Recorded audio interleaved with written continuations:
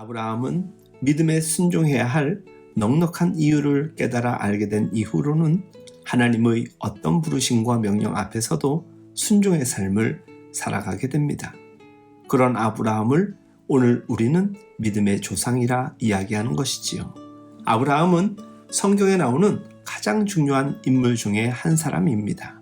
창세기 총 50장 중에 아브라함을 다루는 데에만 무려 10장을 넘게 할애합니다.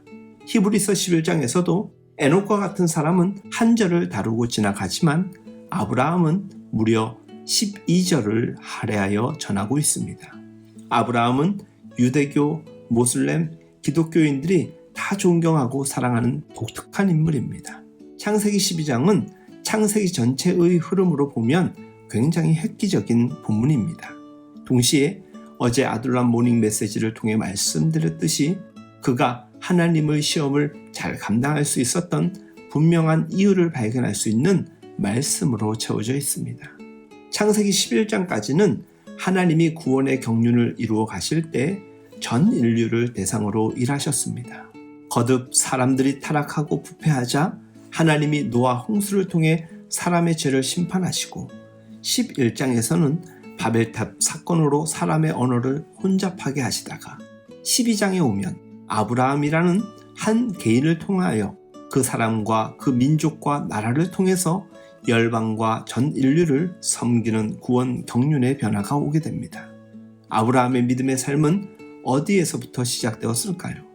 창세기 12장은 막연히 삶의 일부로 지나가지만 히브리서 11장은 그 사건을 믿음으로 아브라함은 부르심을 받았을 때라고 전합니다.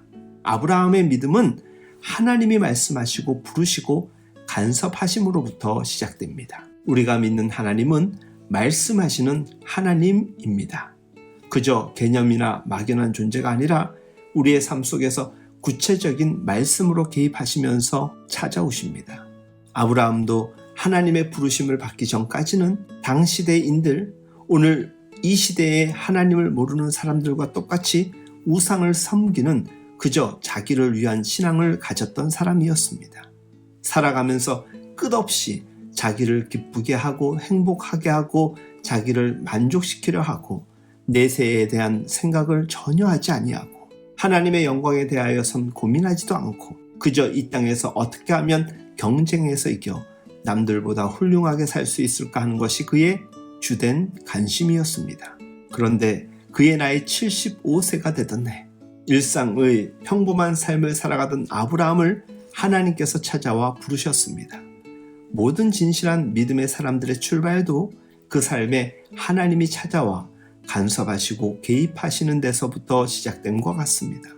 우리가 기독교라는 종교를 선택하면서 믿는 사람이 되는 것이 아니고 우리의 삶에 하나님이 찾아오셔서 불러주심으로 변화된 삶으로 이어지는 것입니다.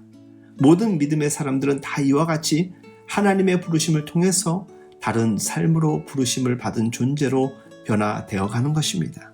로마서 8장에서 성도에 대하여서 하나님을 사랑하는 자, 곧 그의 뜻대로 부르심을 입은 자라고 규정합니다. 하나님이 만세전부터 뜻을 가지고 우리를 바라보시고 오랜 세월 동안 마음의 계획을 품고 계시다가 그것을 우리의 삶의 한순간에 적용시켜서 우리의 존재 이유를 알게 하십니다.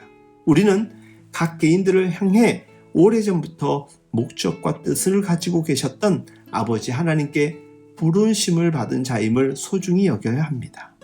주 안에서 사랑하는 여러분, 하나님이 부르신 자리가 지금 우리가 살아가는 자리입니다.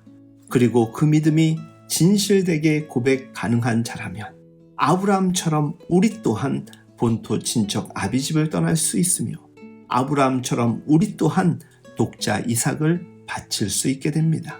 문제는 그와 같은 삶을 살아내지 못하는 우리의 삶의 모습이 번번이 발견되어진다는 것입니다. 혹 이와 같은 불편한 발견되어짐이 계속되어진다라면 우리는 진지하게 생각해 보아야 합니다.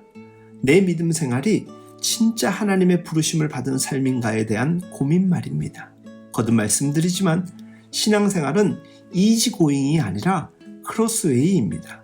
결코 쉽지 않은 길입니다. 그러기에 하나님의 부르심은 매우 중요합니다.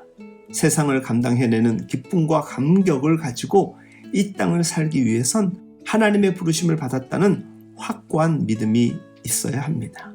이것이 성도의 가장 중요한 가치요, 삶의 방식이기 때문입니다.